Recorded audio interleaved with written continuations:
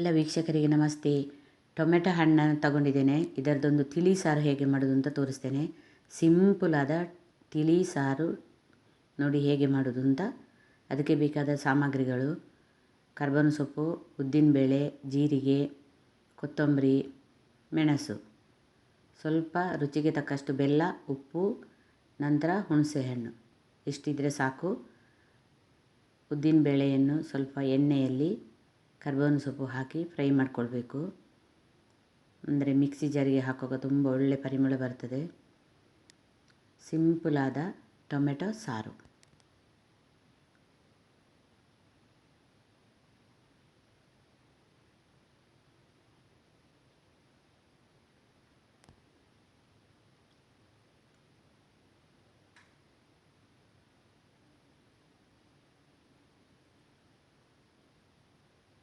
Tomato ಹಣ್ಣನ್ನು ನಾವು ತೊಳ್ಕೊಂಡು ಅದನ್ನು ಸಣ್ಣ ಸಣ್ಣ ಹೋಳುಗಳನ್ನಾಗಿ ಮಾಡಿ ಮಿಕ್ಸಿ ಜಾರಿಗೆ ಹಾಕ್ಕೊಳ್ಬೇಕು.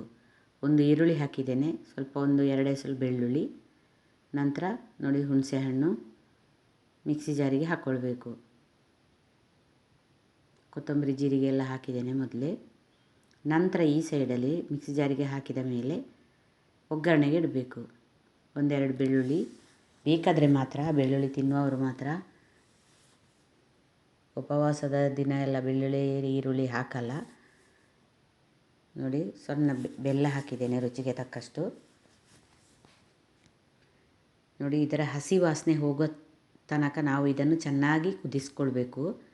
ಹಸಿ ವಾಸನೆ ಹೋದ ನಂತರ ನಾವು ಇದಕ್ಕೆ ನೀರು ಹಾಕ್ಕೊಳ್ಬೇಕು. ದಪ್ಪ ಬೇಕಾದರೆ ದಪ್ಪ ಇರ್ಬೋದು, ಇಲ್ಲದ್ರೆ ತಿಳಿವು ಸಾರು ಬೇಕಂದರೆ ಹೇಳಿದರೆ ಸ್ವಲ್ಪ ನೀರು ಜಾಸ್ತಿ ಹಾಕಿಕೊಂಡ್ರೆ ಆಯಿತು. ನೋಡಿ ಈ ಥರನೂ ಮಾಡ್ಕೊಳ್ಬೋದು.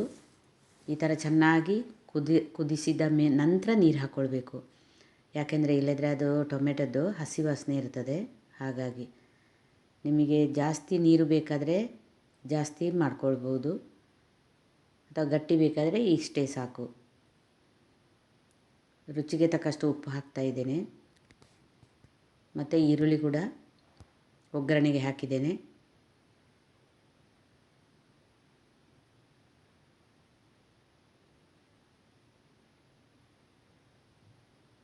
ಇದು ಚೆನ್ನಾಗಿ ಕುದಿಸಿದ ಮೇಲೆ ನೋಡಿ ಈ ಥರ ಸರಿಯಾಗಿ ಕುದಿಬೇಕು.